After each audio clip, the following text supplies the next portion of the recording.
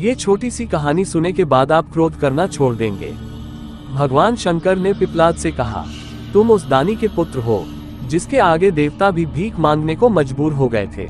इतने बड़े दानी के पुत्र होकर भी तुम भिक्षुकों पर क्रोध करते हो।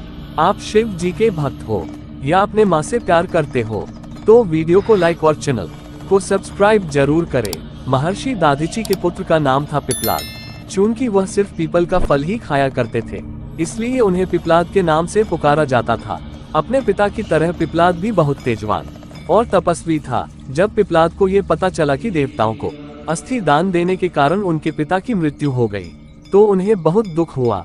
आग बबूला होकर उन्होंने देवताओं से बदला लेने का निश्चय किया।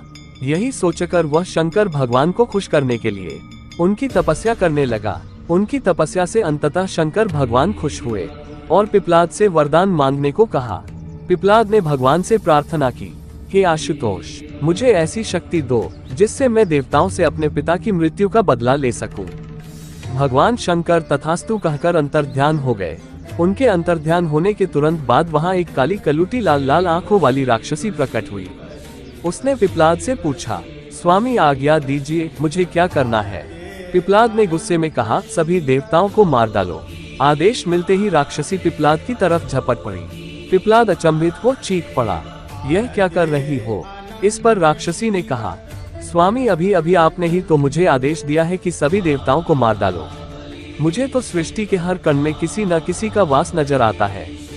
सच तो यह है कि आपके शरीर के हर अंग में भी कई देवता दिख रहे हैं मुझे, और इसलिए मैंने सोचा कि क्यों न शुरुआत आपसे ही करूं। पिपलाद भयभीत हो उठे। उन्होंने फिर से शंकर भगवान की तपस्या की। भगवान फिर प्रकट हुए। पिपलाद के भय को समझकर उन्होंने पिपलाद को समझाया, वत्स, गुस्से में आकर लिया गया हर निर्णय भविष्य में गलत ही साबित होता है। पिता की मृत्यु का बदला लेने की धुन में तुम ये भी भूल गए कि दुनिया के कण कण में भगवान का वास है।